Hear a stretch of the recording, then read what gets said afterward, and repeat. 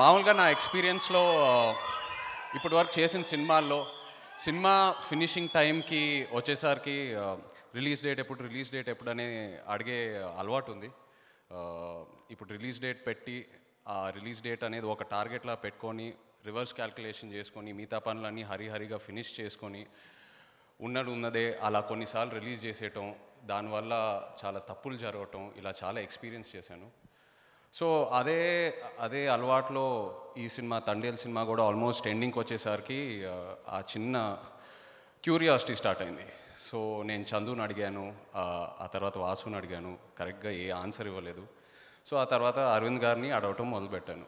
Sir release date ఎప్పుడు sir, release date ఎప్పుడు? ఎందుకంటే అది ఒక అలవాటు ఉంది. యాజ్ అన్ ఆర్టిస్ట్ ఒక రిలీజ్ డేట్ తెలిస్తే మనం ఆ టార్గెట్ చూసి రివర్స్ వర్క్ చేస్తాము. అండ్ ఆ హరిలో ఏదో ఒక కన్క్లూజన్ వస్తూ ఉంటుంది, అన్ని పనులు జరుగుతూ ఉంటాయని.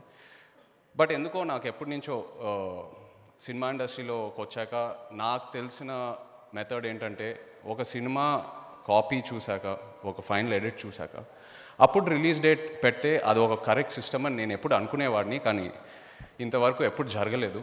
సో అరవింద్ గారు అడిగే ప్రాసెస్లో నేను అడుగుతున్నప్పుడు ఆయన కొన్ని రోజుల తర్వాత ఒకటే అన్నారు, నాకు సినిమా చూపిండి అయ్యా, సినిమా చూపించాక నేను అనుకున్న సినిమా నాకు అక్కడ కనిపిస్తే నేను పెట్టిన డబ్బులు కంటే నేను అనుకున్న బడ్జెట్ కంటే కొంచెం ఎక్కువ పెట్టాను.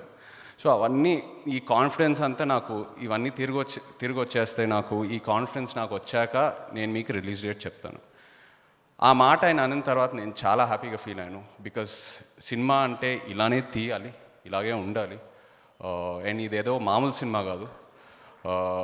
శ్రీకాకుళం జిల్లా నుంచి ఒక 22 మత్స్యకారుల గురించి కథ ఇది. వాళ్ళు మనందరినీ నమ్మి వాళ్ళ రైట్స్ మనకు హ్యాండ్ ఓవర్ చేసి అండ్ వాళ్ళ కథ వాళ్ళ కష్టాలు మొత్తం భారతదేశం అంతా షేక్ చేసింది. సో ఇలాంటి టాపిక్ గురించి మనం మాట్లాడుతున్నాం అంటే అది మనం లైట్గా తీసుకోకూడదు. సో ఇలాంటి టాపిక్ గురించి అరవింద్ గారు మెంటాలిటీ పక్కా కావాలి. So thank you very much sir. మనం అందరం ఎడిట్ చూశాక 100% మనం సినిమా ఎప్పుడు రిలీజ్ చేసినా ఆ రోజు పండగే అనే కాన్ఫిడెన్స్తో ఈ ప్రెస్ మీట్ పెడుతున్నాము.